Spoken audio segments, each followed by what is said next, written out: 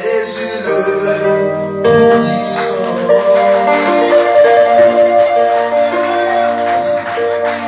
Il s'appelle époux du sang. Parce qu'il est le seul qui a amené les sangs afin de laver la femme qui était dans le péché. Nous allons prendre nos Bibles. Nous allons prendre nos Bibles.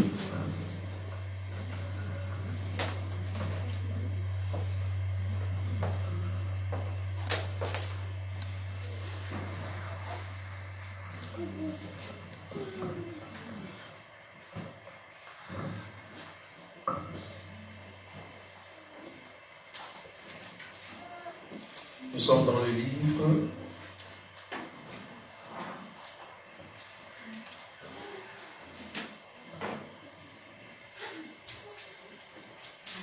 le livre de 1 Corinthiens chapitre 7. 1 Corinthiens chapitre 7.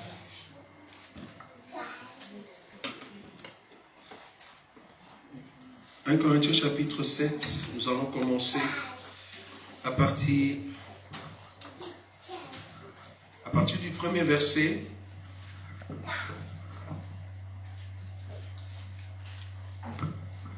Le micro. Frère Israël, le micro. Donc, 1 Corinthiens chapitre 7. 1 Corinthiens chapitre 7. On commence à partir du premier verset. Frère Kachamassi, il est là. Oui. Donc, on commence à partir du premier verset et on descend jusqu'au 15e verset.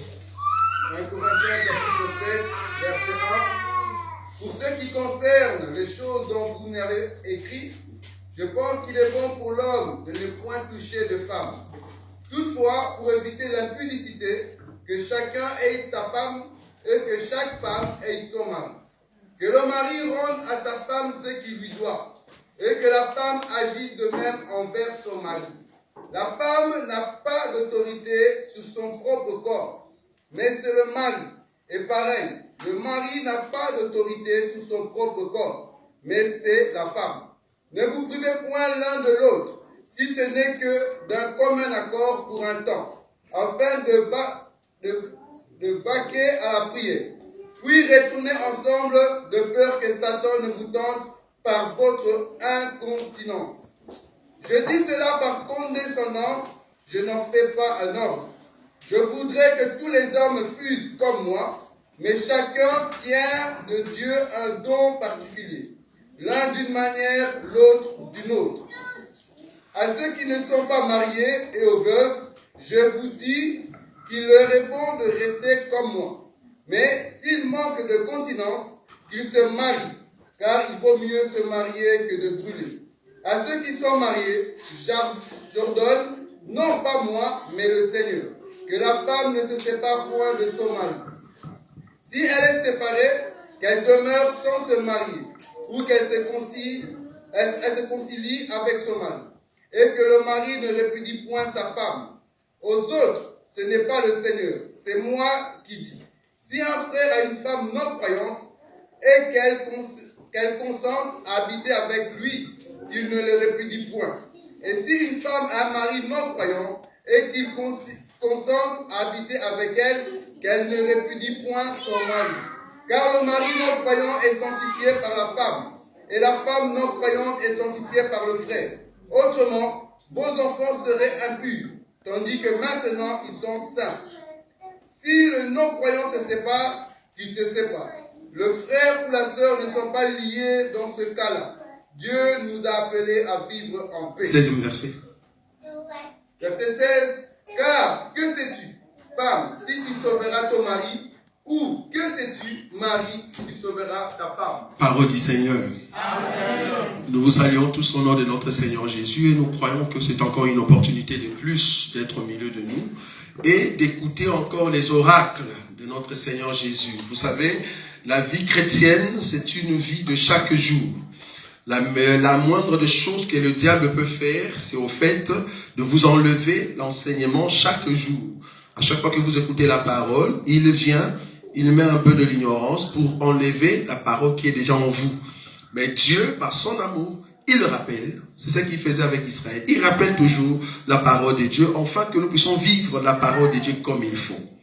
Nous avons commencé une opération qu'on appelle Talitha Kumi, c'est-à-dire jeune fille, lève-toi, pour parler de la résurrection. Nous avons parlé de la résurrection dans son vrai sens du mot, mais maintenant nous allons entrer dans la résurrection de nos vies. Parce que le souci est de ressusciter tout ce qui nous appartient. Aujourd'hui, nous allons parler sur le mariage, mais vous allez remarquer que le thème de cette opération, c'est Talitha Kumi dans les alliances. Pas seulement le mariage, dans les alliances. Nous avons des alliances par les mariages. Nous avons des alliances par des amitiés ou l'amitié. Nous avons des alliances par des affaires et des alliances aussi spirituelles. Donc, nous allons parler des 4 alliances. Je ne parle pas ici des alliances de l'ancienne alliance ou nouvelle alliance. Non, ici, je suis plutôt dans ce que nous appelons alliance ou association. C'est ça le mot. Parce que nous allons voir dans la Bible, alliance veut dire association aussi. Maintenant, ici, nous allons commencer par le mariage. C'est quoi le mariage? Je commence déjà. Le mariage n'est rien d'autre qu'une alliance ou une association basée sur un engagement. C'est-à-dire, 2 personnes vont se rencontrer dans le but de s'allier, d'être ensemble, mais sur base d'un engagement. En d'autres termes, sur base d'un contrat. Vous ne pouvez pas vous marier si vous n'avez pas un contrat. Il faut à la base un contrat. Et chacun des membres ou des associés doit vérifier les contrats. C'est très important. Donc c'est là-bas que nous allons partir pour parler du mariage. D'abord, il faut comprendre c'est quoi les mariages. Le mariage n'est rien d'autre qu'une alliance ou une association basée sur un engagement ou un contrat. Donc on n'entre pas dans le mariage parce qu'on s'est dit que j'ai 24 ans. Non. On n'entre pas dans le mariage parce que j'ai dépassé l'âge de 40 ans. Non. Mais on entre dans le mariage parce qu'on a compris l'engagement. On a compris les contrats. Si vous n'avez pas compris, vous serez déçus d'entrer dans un mariage que vous n'avez pas très bien vu le contrat en question. C'est comme Belgacom ou Electrabel. Quand ils vous donnent un contrat, dans leur contrat, il y a toujours une partie de l'engagement qui sont écrits vraiment de petites lettres. Et si vous n'êtes pas intelligent, vous ne lisez pas cet engagement là-bas, ils peuvent te dire, après 1 mois, nous allons rajouter 100 €. Toi, tu n'avais pas vu. Et puis, du coup, tu signes. Quand tu signes un contrat, c'est-à-dire tu es d'accord. Vous allez voir. Nous allons toujours voir ces éléments. Quand vous signez un contrat, vous dites, je suis d'accord. Or, dans l'engagement, il y avait un petit souci. C'est-à-dire, les messieurs ou la sœur avaient caché des éléments qui étaient très importants, que vous deviez d'abord savoir avant de signer le contrat. C'est ça le mariage. Donc, dans la Bible, et ce que nous allons parler, nous allons voir comme le frère Kachamala lui, tout à l'heure dans le livre de 1 Corinthiens chapitre 7, il y a 3 sortes de mariage dans le monde. Devant Dieu, nous avons 3 sortes de mariage. Nous avons le mariage de chrétiens et chrétiens. Nous allons voir comment ça commence, comment ils s'établissent et comment ça peut se rompre. Nous allons le voir. Nous avons le mariage d'un chrétien et un païen. Nous allons voir comment ça commence et comment ça peut se terminer. Et le mariage des païens, permettez que je ne puisse pas le dire ici, parce que ce n'est pas notre affaire, c'est l'affaire d'une autre maison. Nous n'entrons pas dans les maisons des voisins. Nous ne sommes pas curieux de savoir ce qui se passe là-bas. Mais dis-moi si les voisins, ici je parle des païens, vous êtes d'accord avec moi? Dis-moi s'ils viennent nous demander, frères, sœurs, quel est votre conseil par rapport à notre relation? Nous allons lui donner, en fait, ce que nous avons comme conseil. C'est-à-dire, toi, femme, tu dois faire ça, et toi, homme, fais ça. Si tu ne veux pas, allez voir les assistants sociaux. Ce sont eux qui vont vous aider parce que vous êtes des païens. Mais nous, dans la maison, nous avons des lois qui régissent sur nous. Et ce sont ces lois que nous allons mettre en place pour ressusciter nos relations intimes. Le but de l'opération Talitha Kumi, c'est de permettre à toute personne, à un enfant de Dieu, de bien garder son mariage. Si Dieu vous accorde la grâce de vous marier, comment protéger ce mariage? Tu ne vas pas protéger le mariage par des ficelles, oublie. Tu ne vas pas protéger ton mariage par les conseils de ta maman, oublie. Pour protéger un mariage, si tu es un enfant de Dieu, la seule chose qui peut garantir ton mariage, c'est l'enseignement. Si vous avez l'enseignement, alors vous allez le mettre en pratique. Vous allez voir que votre mariage sera un succès. Amen. Donc nous allons parler sur le mariage. Je vous ai déjà dit que dans la Bible, bon, permettez que, avec cette opération Talita Koumi, frère Israël, qu'on puisse me donner beaucoup du temps. Pourquoi? Parce que nous aurons des séances d'enseignement les dimanches. Donc d'enseignement. Et à un moment, on termine les cultes. Avant, par exemple, à 18h, je termine de prêcher, on donne nos offrandes. Et après, on permet que les gens posent des questions le même dimanche. Ça, vous voyez ça? Parce que c'est un thème très délicat. Et nous voulons que chacun de nous reçoive cet enseignement et de le mettre en pratique. Nous allons poser des questions et la Bible va répondre. Très important. Donc, pendant tous ces temps que nous allons parler de l'opération Talita Koumi dans le mariage, nous aurons des séances de questions dimanche. Donc, on va écourter en fait le temps du culte pour permettre maintenant le temps des questions. Et nous demandons, vous allez remarquer que je fais de sorte que le culte se termine pour permettre aux sœurs de poser des questions. Nous croyons à l'écriture qui dit qu'une femme, tout au long du culte, n'a pas le droit de parler dans l'enseignement. Je ne sais pas si vous voyez cette écriture. C'est dur avec nous.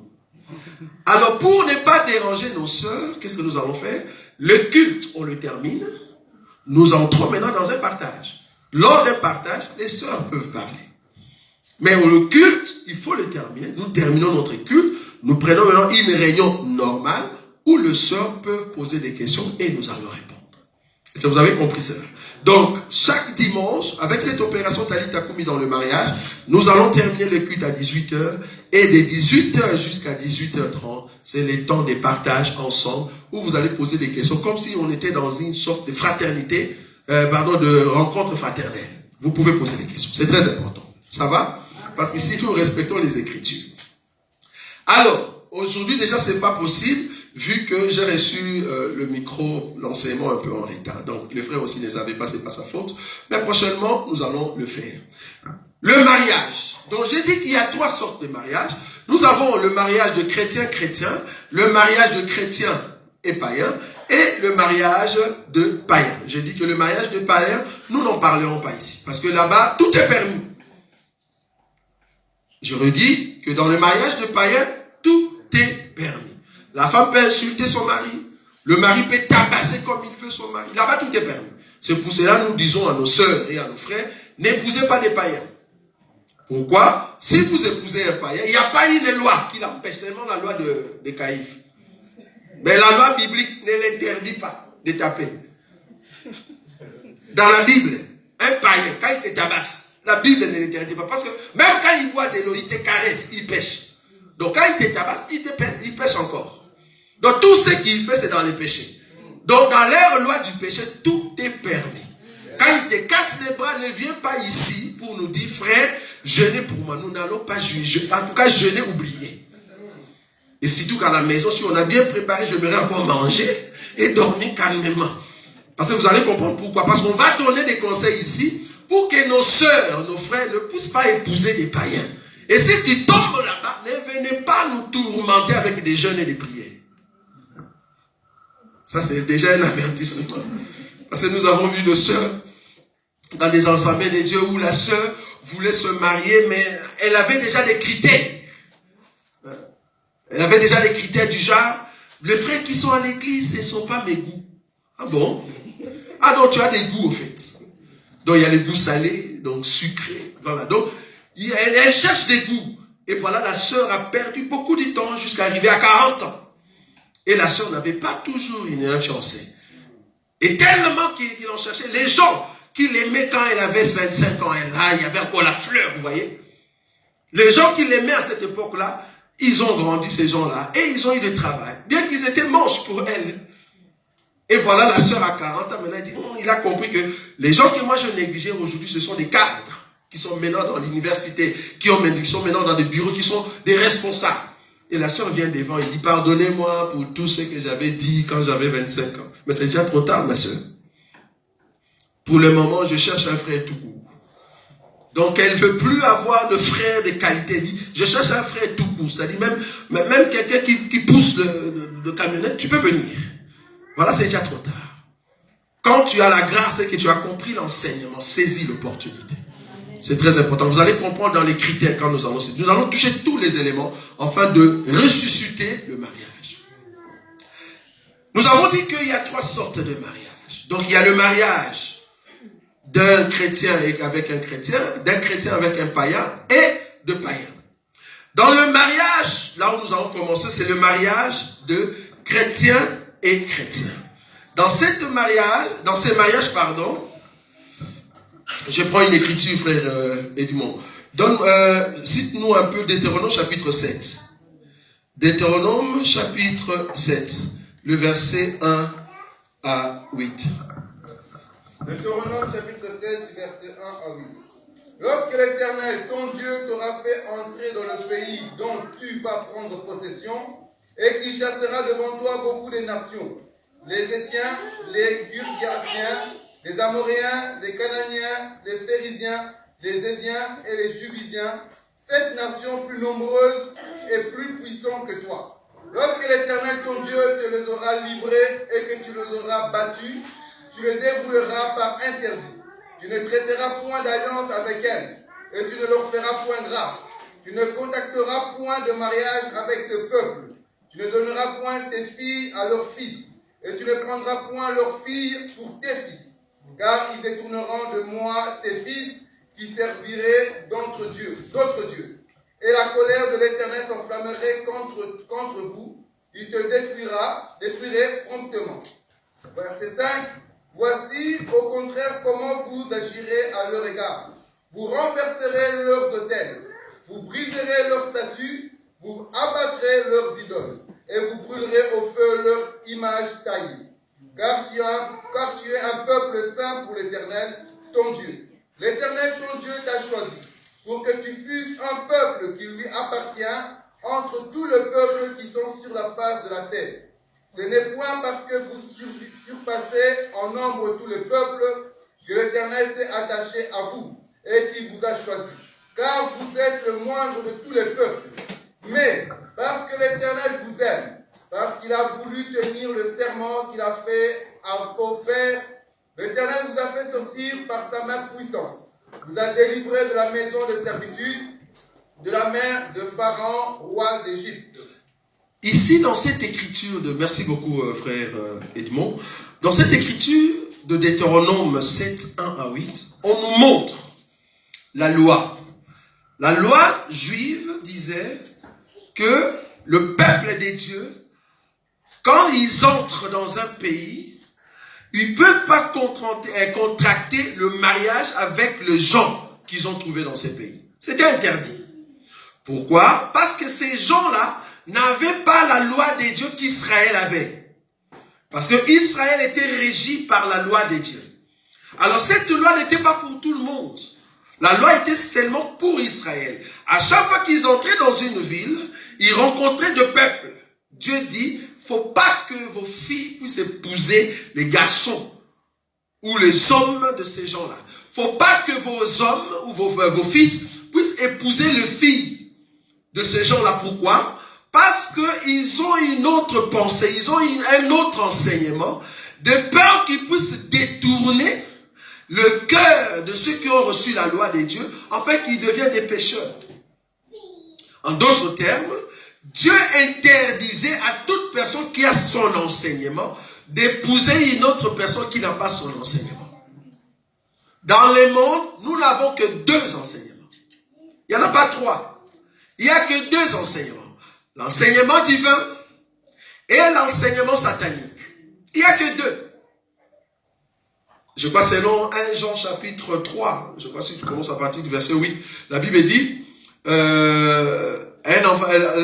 un fils de Dieu ne pêche pas. C'est là-bas qu'on dit ça, non? Un fils de Dieu ne pêche pas. C'est là-bas que s'est fait remarquer la différence entre les enfants de Dieu et les enfants du diable. Donc, il n'y a que deux sortes d'enfants ou de peuples sur la terre. Et ce peuple sont régis dans deux sortes d'enseignements. Nous sommes régis par l'enseignement de Jésus-Christ. Cet enseignement, ce n'est pas tout le monde qui l'a. L'enseignement que nous avons, c'est au fait le soutien pour que nous puissions marcher avec Jésus. Et le monde a aussi son enseignement. Dans le monde, il y a un enseignement qui est contraire à notre enseignement. Et du coup, Dieu nous interdit d'aller prendre une femme ou un monsieur qui est païen, qui a un autre enseignement. Et ça, vous voyez cela. Donc, pour commencer en ce qui concerne le choix de Dieu, si tu es chrétien, tu ne peux, je dis bien si tu es chrétien. Je ne dis pas que si tu vas à l'église. Il y a une différence, aller à l'église et être chrétien. Vous allez vous le comprendre tout à l'heure. Il y a une différence. Si tu es chrétien, la Bible t'interdit de ne pas prendre une femme ou un frère païen ou païenne. Non. Si tu le prends, si tu prends une femme qui est païenne, ou si tu te maries avec un monsieur qui est païen, qu'est-ce qui va t'arriver? Josué chapitre 23, le verset 12. Regardez cette écriture. Frère Kachama. Josué chapitre 23. Josué chapitre 23, verset 12 à 13. Si vous vous détournez et que vous vous attachez au reste de ces nations qui sont demeurées parmi vous, si vous vous unissez avec elles par des mariages, et si vous formez ensemble des relations, soyez certains que l'Éternel, votre Dieu, ne continuera pas à chasser ces nations devant vous. Merci Kachama, attends. Soyez certains que Dieu ne continuera pas à chasser ces nations. Pourquoi? Parce que vous avez épousé qui? Un païen. Ça c'est Dieu qui parle, c'est pas Moïse, c'est Dieu. Il parle par la loi. On continue. Mais elles seront pour vous un filet et un piège. Ce peuple-là, ou le païen, quand tu le pousses, la loi, la Bible te dit déjà qu'un païen sera pour toi un filet, un fouet. Donc il va te taper à fond. J'aime la Bible. Taper ici peut être physique ou mentalement. Il peut déranger ton intérieur.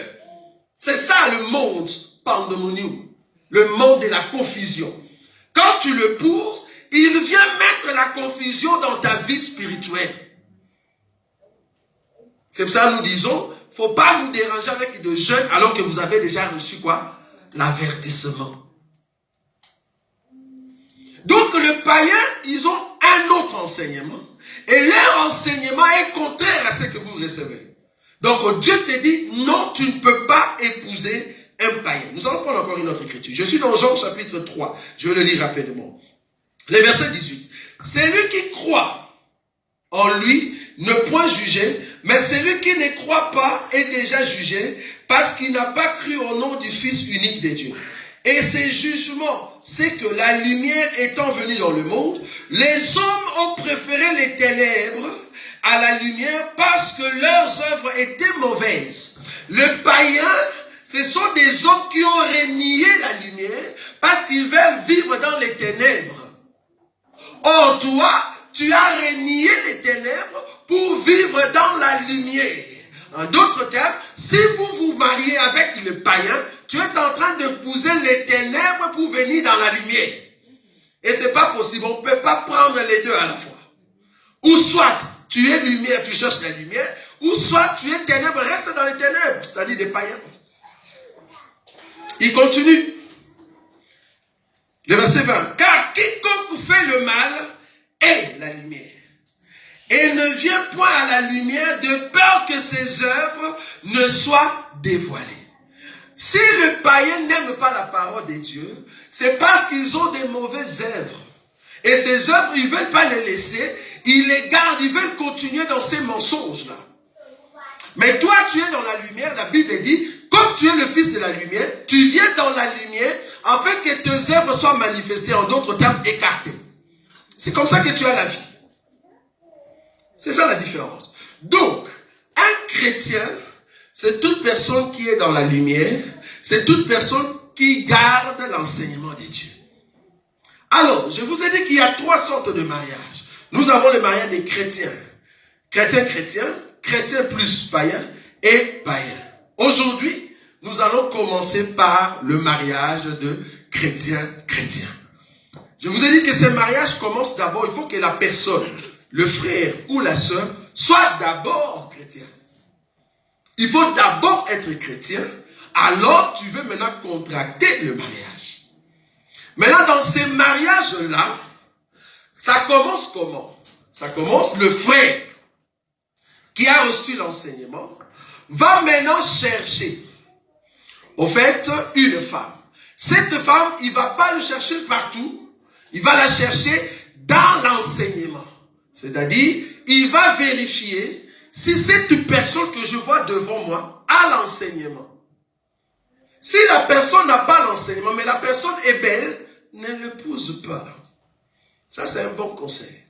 Même si sa beauté est plus que la beauté de je ne sais pas quelle femme extraordinaire dans le monde, mais étant donné que cette femme n'a pas l'enseignement, il ne faut pas l'épouser. Même si elle vient à l'église, elle s'assoit à l'église, à un moment, elle donne l'impression comme aimant les choses de Dieu.